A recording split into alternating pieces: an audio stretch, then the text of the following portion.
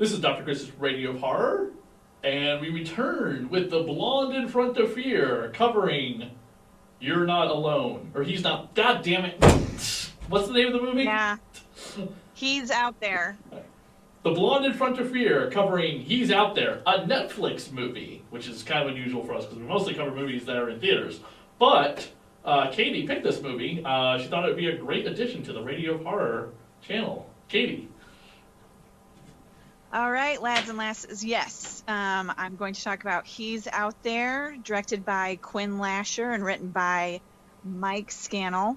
This film starts out like many horror films. You know, you've got a family going out to their beautiful, isolated cabin in the woods with the whole thing of what could go wrong. Well, let me tell you, listeners, a lot. One of the things that I got to say about this film, though, is like there are multiple parent failures. Now, yes, the kids can be annoying. They're screaming, they're screeching, there's blatant like, no, I'm not going, especially when there's a killer outside and it's like, you're going to go. You should just go. I felt like the mom wasn't as forceful as she probably should have been. But here are the things. You've got a little girl in the beginning who starts drawing on the street with cars that are going by. Parent fail number one. That right there doesn't give me much hope that these kids are going to make it or that these parents have any idea what the hell they're doing. Parent fail number two. When they get to the isolated, beautiful lake house that they've been going to for years, but yeah, I don't know. It seems like this is the first time they go there for the season, but they obviously don't know their neighbors or any backstory regarding the house, which their neighbor who just happens to pop up tells them briefly. Okay. The girls get out. They're playing outside. The mom's inside doing her stuff. The girls just decide to follow a string and then find this tea party in the woods and start eating the cupcakes that are beautifully done, I will have to say. Who does that? Come on. Who hasn't taught their kids you don't just eat stuff that's randomly in the woods that a stranger made? That seems like a basic like dumb thing that a kid that doesn't have good parents would do. So obviously I had problems with the kids. The story goes along. There's obviously someone outside that's tormenting everybody. We don't know who it is. We don't know why they're doing it. And honestly, from the end of the movie, I still kind of don't understand why they're doing it. I mean, we kind of get a backstory about some kid disappearing, and that's about it. Yeah, I gotta say, this film kind of had a lot of like bad moments in it and like cliches like, oh, you hear someone outside and you take the longest time to get to the window instead of rushing to the window where you know this person who's trying to harm you is to see who the hell it is. Don't know. The killer or whoever it is had a laugh like the characters from Wrong Turn and a mask like Behind the Mask of The Rise of Leslie Vernon. So, I mean, you've got a couple of, if you like horror films, you've got a couple of those things going on. The kids, yeah, we're just, I mean, yeah, I understand there's someone trying to kill them. They're scared, they're frightened, but good Lord, it was really annoying. The highlights of this film, though, and the thing that saved it from being at least watchable, Yvonne Strahovski, that a lot of people will know from Chuck and The Handmaid's Tale. Like, look, she was a fighter. I have to give her credit because not only is she dealing with some unknown entity tormenting her vacation home, and she's trying to figure out what to do. She also has kids that are just screaming and crying. They're like, one point, they just basically attack her saying, no, we're not going outside, when she's trying to get help and trying to get them outside of the house. Thank God for her. She was the redeeming factor in this film.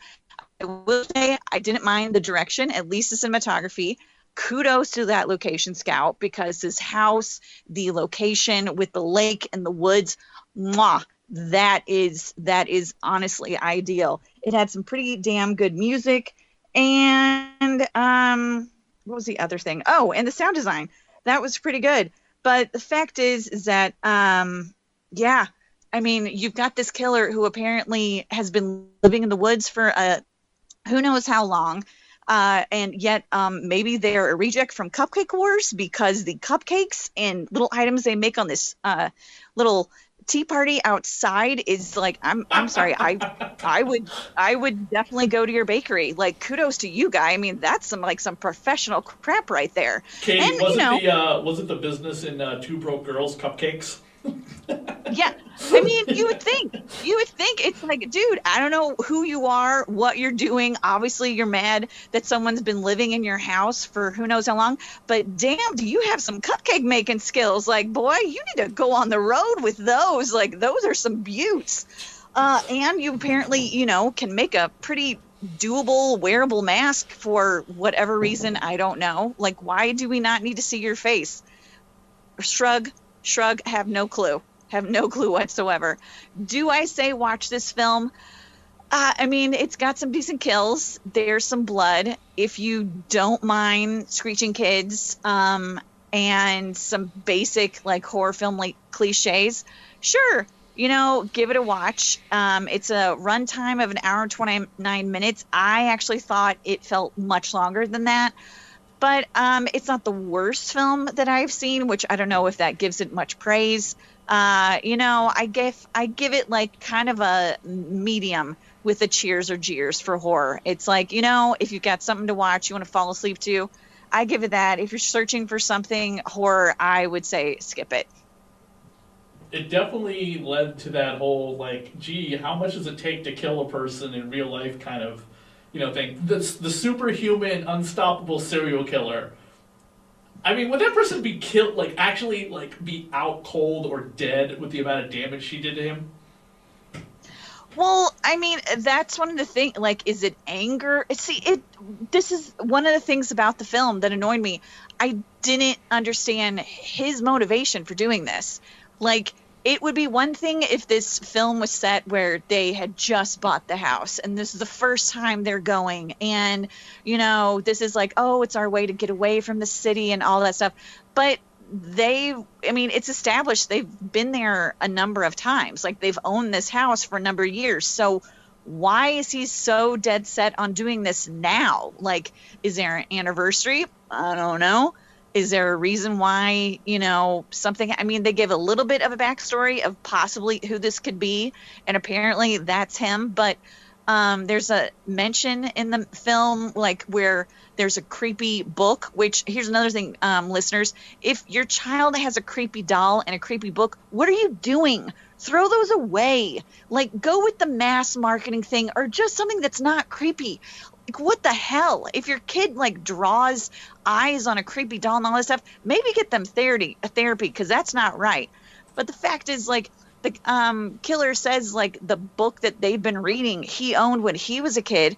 I'm sorry, how long have you been a kid? Because it seems like you're in your late 20s from as old and tall as you are. Like, I can't really tell your age because you can't see your face, but I'm guessing you're not a teenager. So that book looked like it was less than like 10 years old. So maybe that's a kind of a flaw in the production right there. Real quick, but I don't know.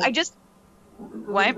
Real quick, because we got to wrap this up. It would have been more interesting if it'd been the mom and she had like a split personality. It would have been more interesting if it would have been the mom. It would have been more interesting if it would have been the neighbor that helped. It would have been more interesting if there was like a number of kids who went missing in the woods and the whole family that owned the house actually disappeared and he had ended up killing them. There's a number of ways it would have been more interesting, but the way they did it, this isn't the top of them. Well, thank you, Katie, for your excellent review of this Netflix horror movie, which you can check out. And if you have Netflix, it's pretty much free, so you don't have to pay into it. You're already basically doing that with Netflix. Thank you. Check out the rest of our reviews from The Blonde in Front of here on the Radio Horror YouTube channel. And you can check out Katie's reviews on her website, theblondeinfront.com.